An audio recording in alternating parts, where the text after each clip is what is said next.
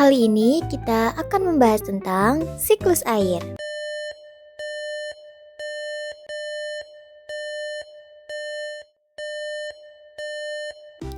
Hai teman-teman hebat, pernahkah kamu bertanya-tanya kenapa ya kadang cuaca panas sekali, lalu tiba-tiba turun hujan? Semua itu ada hubungannya dengan perjalanan air yang ada di bumi, disebut dengan siklus air. Nah, siklus air itu seperti sebuah petualangan seru yang tidak pernah berhenti. Air di bumi kita terus bergerak dan berubah bentuk. Dari air menjadi uap, lalu kembali menjadi air.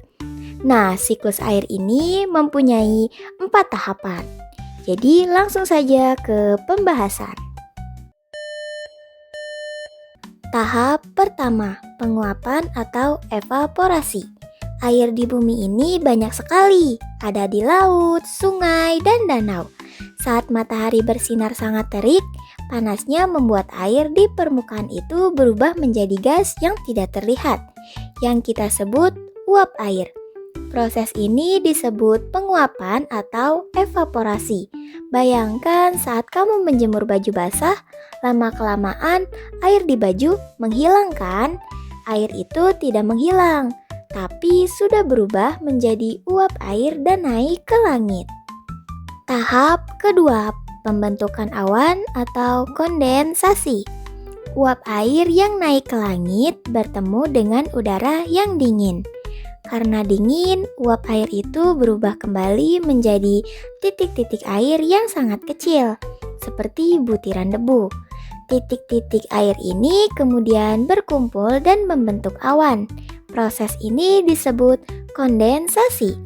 Semakin banyak uap air yang berkumpul, awan pun semakin besar dan tebal, kadang berwarna abu-abu gelap.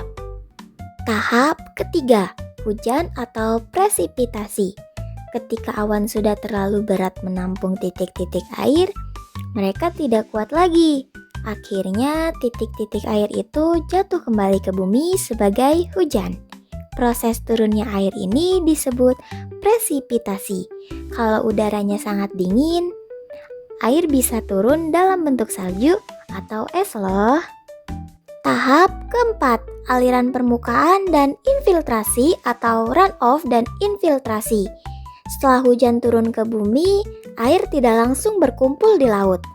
Sebagian air mengalir di permukaan tanah, masuk ke sungai, danau, hingga akhirnya kembali ke laut. Aliran ini disebut runoff atau aliran permukaan. Sebagian lagi meresap ke dalam tanah melalui celah-celah kecil di permukaan tanah. Proses ini disebut infiltrasi. Air yang meresap ini menjadi air tanah yang digunakan tumbuhan, manusia, dan makhluk hidup lainnya. Kedua proses ini membantu mengembalikan air ke lingkungan untuk memulai siklus air kembali dari awal. Jadi, siklus air itu sangat penting karena memastikan kita selalu punya air bersih untuk hidup, dengan menjaga lingkungan seperti tidak membuang sampah sembarangan. Kita juga ikut menjaga air agar tetap bersih selama melakukan perjalanannya. Ayo jaga kebersihan air supaya air yang kita gunakan dalam siklus ini tetap sehat. Dan ayo hemat air, karena air bersih adalah harta yang sangat berharga. Pembahasannya sudah selesai dan sampai jumpa.